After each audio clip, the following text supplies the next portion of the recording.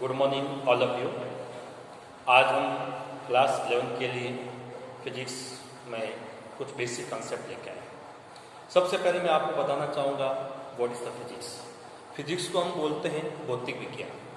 भौतिक विज्ञान विज्ञान की वो एक ऐसी शाखा है जिसके अंतर्गत हम भौतिकी यानी पर्यावरण से संबंधित जितने भी नेचुरल संबंधित जितनी भी घटनाएं घटित होती है, जिसको हम कह सकते हैं non living elements in the system, उन सभी के बारे में जो हम स्टडी करेंगे उसी को हम फिजिक्स कहेंगे। यानी फिजिक्स साइंस का एक पार्ट है जिसके अंतर्गत भौतिकी परिवर्तन जैसे बादलों का गरजना, बिजली का चमकना, बरसात का होना, विभिन्न प्रकार की ऋतुओं का होना, ये जितनी भी प्राकृतिक घटनाएं हमारे आसपास घटित होती हैं उन सभी के बारे में जब अध्ययन करते हैं उसी को हम भौतिक विज्ञान कहते हैं। वैसे भौतिक विज्ञान एक बहुत बड़ा पार्ट है, फिर भी हम भौतिक विज्ञान को मुख्य रूप से दो मेजर पार्ट में डिवाइड करते हैं। वन इज द आपके सामने क्लासिक फिजिक्स और सेकेंड है मॉडर्न फिजिक्स। यानी फिजिक्स बेसिकली दो भागों में बटा हुआ है,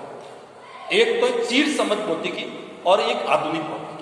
चीर समझ का मतलब जो बेसिक पहले से पैरामीटर है उन्हीं के ऊपर स्टडी करना, उन्हीं के ऊपर अध्ययन करना और उसके आधार पर कुछ कंक्लूजन, कुछ निष्कर्ष निकालना। और आधुनिक भौतिकी के अंदर जो नई लेटेस्ट टेक्नोलॉजी जो आ रही है उसी तकनीक का प्रयोग करके अपनी नए इवेंट्स और नए आइडियाज के आधार पर टेक्नोलॉजी का डेवलपमेंट करना ही मॉडर्न फिजिक्स कहलाता है।